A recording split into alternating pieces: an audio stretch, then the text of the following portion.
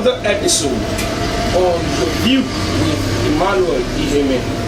Sorry for the break in transmission, and we're back live after settling all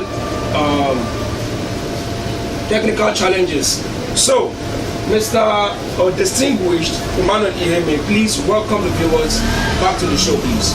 Yeah, good afternoon and welcome everywhere you are tuned in across the globe. We are live back on air, and the delay was because of some technical issues here and there, but my backroom staffs have been able to fix that, and we are glad to be back on air. Okay, thank you very much. Welcome back to the show. So, our first question for today is this: what the statement is misguided. The statement credited to the APC as a political party, or the presidency, if you like, is an insult on the Nigerian people, the masses who have been subjected to untold hardship since they came into power, and to imagine that they would come out with such an unguided statement, so to speak, is one that they need to tender apologies to Nigerians. Before now, Nigerians didn't have it this tough. Before they came into power, I understand that the bag of rice was sold at the time for 7,500 naira. And I also understand that dollar was exchanging at 180. You understand? And fuel, they were fighting fuel price here and there at the time. In fact, some of them staged some powerful protests, which we didn't even know, or ignorantly, Nigerians whom voted for them, because somebody like me, have known all along that they cannot give what they don't have. You understand? So at the time, the fuel price, they were fighting and they were spitting fire and saying that subsidy removal is corruption. You understand?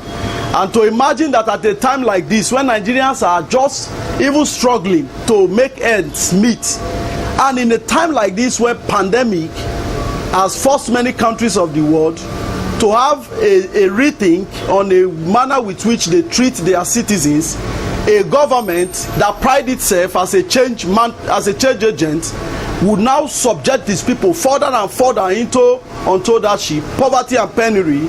I think they should come out openly and tender apologies to Nigerians of virtually all the major news outfits or major newspapers, if you like.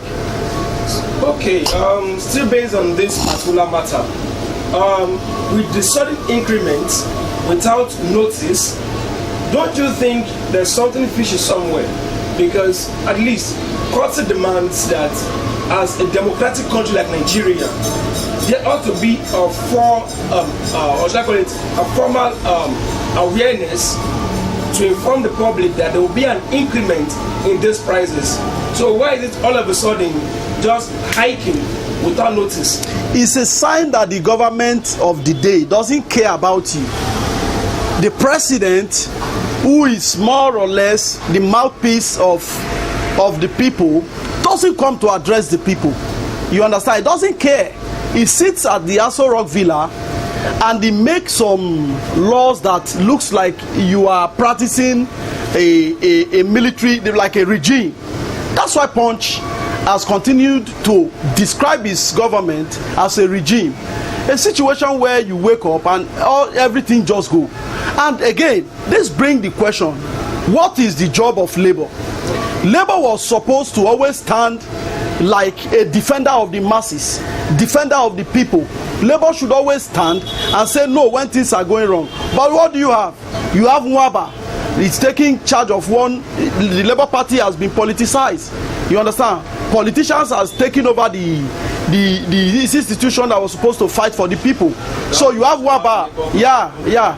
Waba is taking charge of one arms of the institution, okay, and the other is left to another individual. Why? You understand? Well, if you ask me why, I don't know, but I've told you clearly that politicians has hijacked it. You understand? It's no longer what it used to be. You understand me? Yes. So rather than fighting for the people, they now fight for their pocket. So I'm using this medium now to call on labor You understand? To go back to their drawing board and look at means and ways of standing up to fight like like an institution that was set up to defend the masses. And to take up their mantle as it's meant to be, right? Yeah, to do the needful. You know, fight for the people. Now, this will be the second question, sir.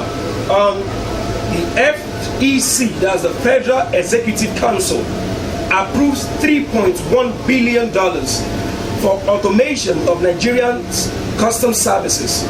What is your view about this situation? Again, this is the same custom, you understand, that the government of Buhari has said they've raked in so much billions of naira. So why then give so much money again to such an institution? These are the reasons why when Nigerians stand up, they begin to tell you that this government is corrupt. You have no reason to doubt it, because everything they do clearly show that there is always an atom of corruption in every decision the government is taking. And again, these decisions doesn't look like it's decision that is made to favor the masses. This decision is geared towards favoring the elite, favoring the people that are serving in the institution as a civil servant. And these decisions are made to in fact to spoon feed all those who have supported them into power. And I think the government should stand up and begin to give us calculation, you understand, on camera, you understand. Give us calculation. Let us know what they are spending. Let us see their paper. The other day they were challenged. Serap has challenged Buhari to explain how he spent over $800 million. You understand? $800 million in dollars. We are not talking about naira. Damn. To come and give a breakdown. The man has simply decided not to do so. And this cannot be democracy. A situation where all system, you just do everything like you are running your personal business. Even if it is your personal business, you can't run it like that. You can't run it like that. Sorry to cut you distinguished. With this figure we have here, 3.1 billion US dollars. And the question is this: it was accounted that Nigeria is owing, as is it the World Bank? I don't know. You're owing a whole lot of money, in which we can't even see the effects of it in our infrastructure. Don't you think they ought to spend this 3.1 billion US dollars to pay up our debts instead? Well, the responsibility of every citizen is a fundamental human right, is to hold those who are in charge of public money accountable, public offices accountable. Even the president is not absorbed. Anybody can stand up and march to the National Assembly and say no, and demand for explanation on how monies are spent. But when the citizens are docile, when the citizens have decided to resign to fate and say there is no, let me just hit only this one, no wahala, God go help us. You know, these are statements, understand, that further and further impoverish the people. These are statements that also give power to politicians to treat the people anyhow. I think the time has come for the people to stand up, you understand, and challenge some of the manner with which money are being stolen in government coffers. The people must rise up and challenge it. Okay, distinguished. That's a very powerful point right there. I don't know, actually, viewers might like to call in to give their own contribution. Okay, so while we have that going on, we have the third question right now. It says, what is your platform? Every time people seek for my opinion or interview me, I tell them that it's very easy to solve this problem. You understand? The continuous siege in different area in the north can never be unconnected with people who also know, you understand, who are in the government. After all, we have heard statements before now of how people said they will make a country the size of Nigeria ungovernable. But I'm not going that direction. Look at, would you ever imagine that somebody is giving something to keep, and when it is time to return it, he begins to give you flimsy excuses, begins to tell you things that in fact has no connection with it. A state like Kaduna will continue to use it as a case study because it is in the now. You understand me? Southern Everything, precisely, right? yeah, Southern Kaduna precisely. Okay, distinguished. It is in the now, and every now and then there is killings going on there, and the governor of the state just keep mute. He doesn't say anything. You understand? The president, even the president, he doesn't say anything. You understand? And sometimes silence is equal to endorsement. Just the same way as resignation is a sign of leadership. When you know you are not ready to lead, the honorable thing to do is to resign. Is to turn up. It's a sign of leadership. You understand? So when you keep silent at evil when it is committed, it is a sign of endorsement. And we must all stand up as one in Nigeria and stamp against all these injustices, killings and mayhems going on. But also as well, based on this same hooliganism and hoodlums matters, if in a case like Nigeria, in which our so-called President Muhammadu Buhari, promised to fight corruption and things like this, and yet even till a kind of painting that we need to look into and know the material done with government responsible for every life that is being lost in Nigeria. You know the reason why? When they came into government, when they were about to come into government, they told us from and plain that what they are coming to do, that first is security, second is to make sure that life is better for everybody, and thirdly that they will electrify Nigeria. 6 years down the line, the reverse is the case. Rather than provide security for us, insecurity is in its all-time highest. Electricity tariffs are increased without notifications. The lives and properties of Nigerians are not safe, and even common man to get a food to eat has now become a thing that is like you are taking a JAMB examination. So I think the long and short of it is, for every life and every misdominion that you experience in Nigeria today, you hold the government accountable. You understand? They must take responsibility of the people. Okay, thank you, distinguished. Then let's move on to the next question. What is your take on how Nigerians are being treated in Ghana presently? Well, even Nigerians in Nigeria are not valued by Nigerian government. Wait a minute. Can you please quote again? Even Nigerians in Nigeria are not valued by the government of Nigeria. You understand? They do not. They don't. If they value life, if the government in Nigeria value life, life should not be lost in the north. Life should not be lost in the south, and life should not be lost in the west, and they will keep mute. To think that they are even reacting to what is going on in Ghana, I think it's hypocrisy of the highest order. Hypocrisy of the highest order. Yes, I think I'm telling you the truth. I'm not trying to justify what is happening there, but there is no reasonable government on the face of the earth who would not first of all make sure that each citizen enjoy the best.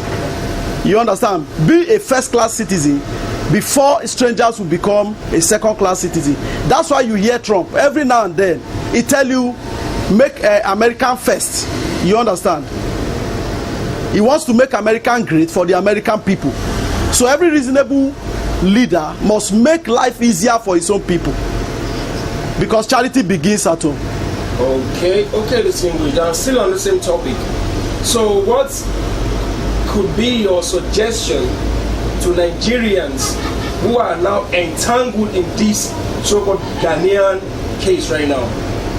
Well, I understand that every human across the face of the earth have the fundamental human rights to go live anywhere in the world. But a situation where your government don't even care about your well-being, right? I think the honorable thing you can do, regardless of how difficult it is, because sometimes we may say these things as analysts on the set, we may say these things, they are not as easy to be done the way we are saying it. You understand? They should also look at it the other way around. Isn't it a shameful thing that either Nigerians are killed in Ghana or they are killed in South Africa? Why we have a country that is supposedly the giant, that prides itself the giant of Africa? You understand? But happens to be nothing to write home about. Wow. And the reason is not far-fetched. Anytime you take people whom are supposed to be farmers, you understand, who are supposed to be cultivating, to make them leaders, people who have no business in the first place being in leadership, once you begin to support them in any gas they come and make them leaders, the reverse is the case. How do you explain that you have a president who doesn't speak to you? Your president doesn't speak to you. So it's a sign that in the first place, they don't have business being in leadership. Leadership is a serious business and must be left for serious people. Okay, let's take the next question. Thank you very much for that. Next question here says, what is your take on the Edo State election and the call for peaceful election by the Oba of Benin?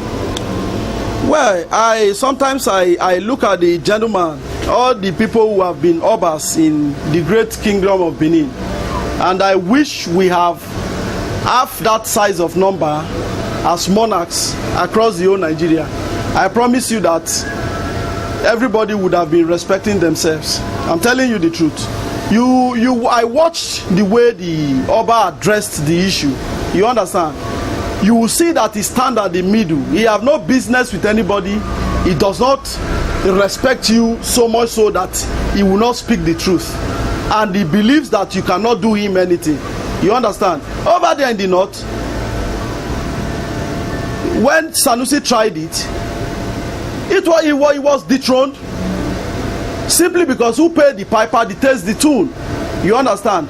These are kingdoms where politicians have hijacked the system. You know, they have hijacked everything that go on there. In fact, they make kings there. Politicians make king there. You understand? And when they speak, they will threaten them that they will change them with immediate effect. And they do it. They carried it out on Sanusi. That's very, very, very, very, very, very bad. Okay, moving on to the next question. What is your take on the allegation made by Adams Oshiomhole of Edo State that his accident was an assassination attempt?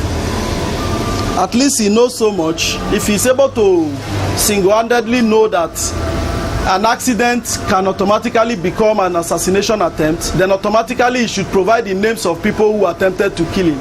Okay. Because there is no smoke without fire. Sure. If he thinks he knows so, he should go ahead and mention their names.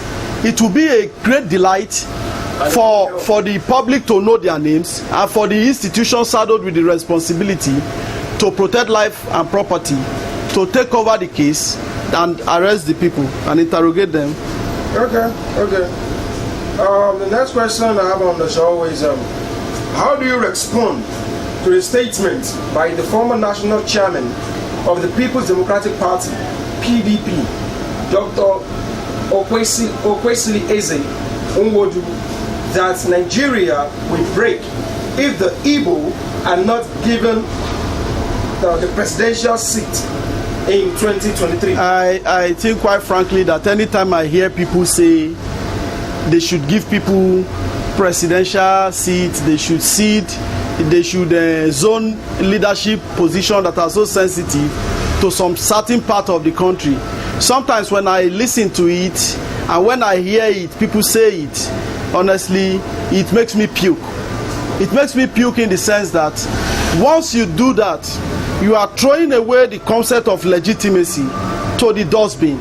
Once you do that, you are simply making nonsense of the democratic process that produces leaders. Once you do that, you are not just rubbishing leadership positions, but in fact, you are just making it look like it's a child's play. Once you do that, it simply means that you have preempted, that you have already known, that you have decided that there is no need for election, that we should sit back in our houses and you take these positions and give to whomsoever you wish to do. I think when people make such statements, they should be arrested, because what it means is that you have already rigged the election before the election is taking place. I think it doesn't make sense in a 21st century manner of reasoning. It doesn't make sense. It has no place in democracy in the 21st century. And I think I stand strongly and firmly and I condemn it. In as much as many would say that is a way of balancing stopping what they call marginalization. But for me, I strongly think that it has nothing to do with all that, because sometimes when you look at Nigeria, you understand that Nigeria is the clear definition of corruption, nepotism, and the stupendous injustices. You understand? A situation whereby somebody say North, South, Hausa, Igbo and Yoruba are the major Igbo language. You understand? Which means they have preference over every other ethnic group. So where is the place of these other ethnic groups in the Nigeria that they intend to build tomorrow? What this means, in fact, that on its own is corruption, and it's not supposed to be allowed to stand in times like this. You understand? Once you do such a thing, you are trying to say the minority groups that you have created out of a large country like Nigeria should go and get lost and just be nowhere to be found. That means that, in fact, that is racism of its highest order. Very, very, very, very touching. Okay. We have a particular question here for you. Basically, it says it was on Twitter a few days ago. We had a picture of Adeboye, that's the pastor of RCCG, the General Overseer, visiting Buhari. Now the question here is, what kind of game do you think is going on? As it seems like politics is trying to merge itself with religion. Well, let me state it emphatically that all these folks who parade themselves as men of God, I want to be very honest with you, I find it nauseating when I see them act in manner that is not in conformity with human reasoning. You understand? They lack humanity, they lack humility, and they lack the basic qualification to be described as men of God. You understand?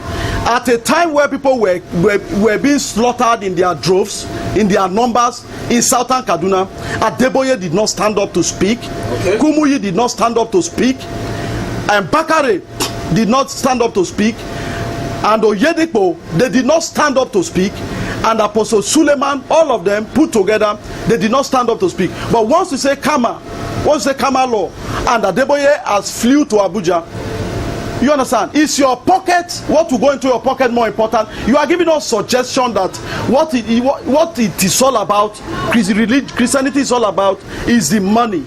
What Christianity is all about is to make money. What Christianity is all about is not about humanity again. It's not about heaven. You understand? As far as I know, and I'm trying to tell you in the smartest and quickest and most sincere of terms, that his visit to Abuja has nothing to do with the anguish, penury and poverty of the Nigerian people. It has nothing to do with humanity. It has everything to do with Kama law. And on that, I say I condemn his visit. And for the Aso Rock Villa to accept him automatically means that they have further buttressed the point I just made before now on the response to the question in killing of Southern Kaduna. You understand me? That they are endorsing the continuous killing in Southern Kaduna, and it is condemnable. Unless they come back and provide a platform and speak to Nigerians and condemn it in strongest of terms, I begin to imagine and feel that way. It is evil of them. Still on this same matter, we have another question rolling in actually. The questions goes just that, why is it that even during the so-called lockdown, all churches were asked to shut themselves down, but yet there are some churches, most especially some churches that won't mention the names, that go ahead to say they are doing some live services, and even send to the members and the viewers to mail or send their so-called offering to the church account. What is your view on this? That's why I tell you the truth that if you look at religion critically, if you examine religion critically, you will discover that a religion has become the easiest way to enslave the people. You understand? Might I even draw your attention to something that will shock you? What do you think the religious houses have to stand to lose if they decide to say all their programs should be online? Let the people subscribe to a channel. You understand? Get your TV bouquet, cable TV or anything, or give us a link. Let us watch from the comfort of our houses. If you say anointing service, I get the anointing oil and I anoint my head. So what do you think would happen? Nothing. We have seen situation where all through this pandemic, people have stayed in their houses, you understand, and watched from the television set.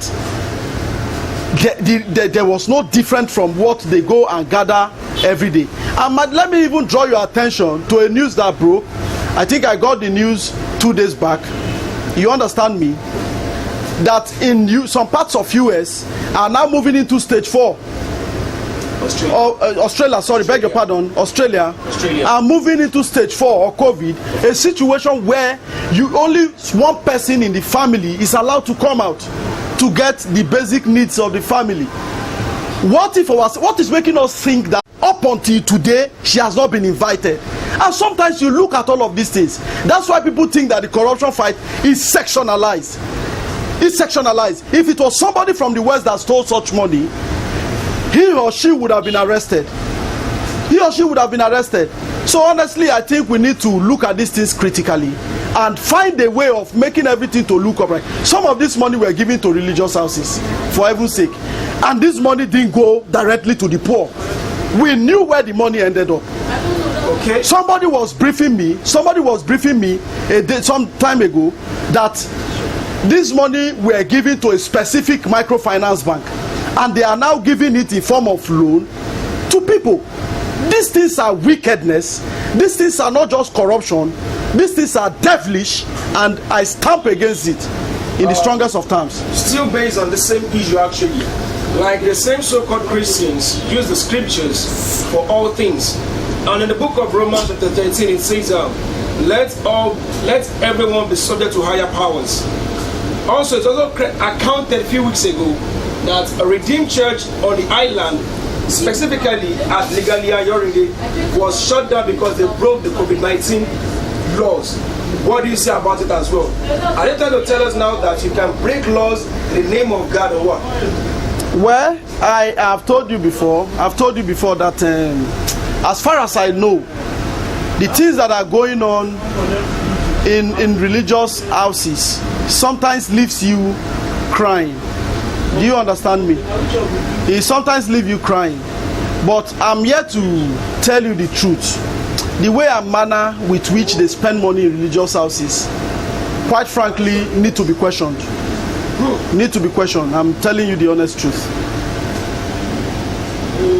That's a good one. But to connect with what you just said now, it was accounted a couple of days ago that the so-called general overseer of the Redeemed Christian Church of God, that's a person of Enoch Adejari Adeboye, just bought a copter with registration number 5, is it 5C or 5N? 5NEAA. That means Enoch Adejari Adeboye. The question is this: is that the next thing that is meant to use the church funds for? Because according to what he said, it was thought that he want to use this particular copter for rural evangelism. Now the question is this: does it show, or can he ever give it to us now that we have helipads in the so-called rural community where he want to fly his copter to? And where did he get the funds from? You know, every time I see men of God misappropriate, in fact, this particular terminology seems to be the best terminology. They misappropriate money that is coming from the poor. You understand? And that is the truth. If Warren Buffett, that has been so useful to humanity, that has produced what human being has used, you understand, to upgrade and uplift and expand their thinking and no reason, could travel in economic class then I see no reason why anybody who parade themselves as men of God should spend people money without accountability. It is as a result of no accountability. That's why somebody can take out money and buy. For heaven's sake, they read in the Holy Scriptures. There is nowhere in the Bible where the Scriptures tell you that you need to enjoy so much comfort, especially when you are going to preach the word of God. You're right. Why, if they love God so much, why is it that we don't see them on our streets? Standing, standing at the front, you understand, while their members follow them behind. At least, if it's not easy for you to go around the whole of Lagos, make it every street every week, every street every week. You understand? You don't need, the truth of the matter is that let them hear it and hear it clear. They don't need all of these things. I don't want to speak like because once you speak so much about them, they say you are prosecuting them. No, I don't have any business prosecuting. But I'm telling them the truth. The truth is bitter.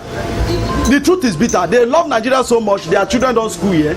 They love Nigeria so much, their children enjoy so much. As a matter of fact, they don't even follow when they are going for any evangelism on the street.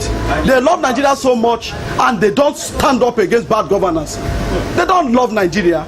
Everything they do center on how to feed themselves, center on how to make themselves look good. So look how good they look. Look the choice areas they stay in the world. When they travel, they stay in choice areas. And these things are something Nigerians need to stand up and say no. You understand? If you are a church member, if your money is used to build a church and your child cannot attend the church, I don't know how you want to describe it, but I see it as criminality. You understand? If a poor man will bring money, some of them will take all their money and they say it's widow's mite, is this, and they cannot enjoy from the widow's mite.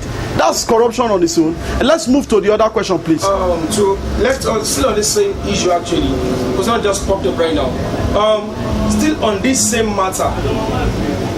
According to the way they do use the words, they will say, they use the book of Malachi to say that ye have robbed me in tithe and offering, and in that way they try to compel their members to pay offerings, to pay tithe, and even make some donations actually. But yet they can't give account of these things. Now the question is this, sir. Don't you think the same Holy Scripture they are reading from is being misused and being misinterpreted by them to extort people? Because I don't see the fact whereby they will be collecting so much money from millions of members, obviously building universities, and yet even their members can't send their children to that same school. Obviously, you have said it all. There's nothing more to add to it. You have just said it all. There is absolutely nothing I will add to it. You've said it all. Let's just move on, so it doesn't look like we are coming here to do program to promote them. Let's move on to what you have just said it all. You have just said you can't rob the poor and pay the rich. Rob the poor and pay the rich. And it is the kids of the elite in your church that still attend I think the majority, some of them went to missionary schools that were set up in the early days of Christianity by missionaries. You understand? By missionaries. And these missionaries set these schools up and they attended free of charge. Now the children of the poor cannot attend the school they set up with the money of the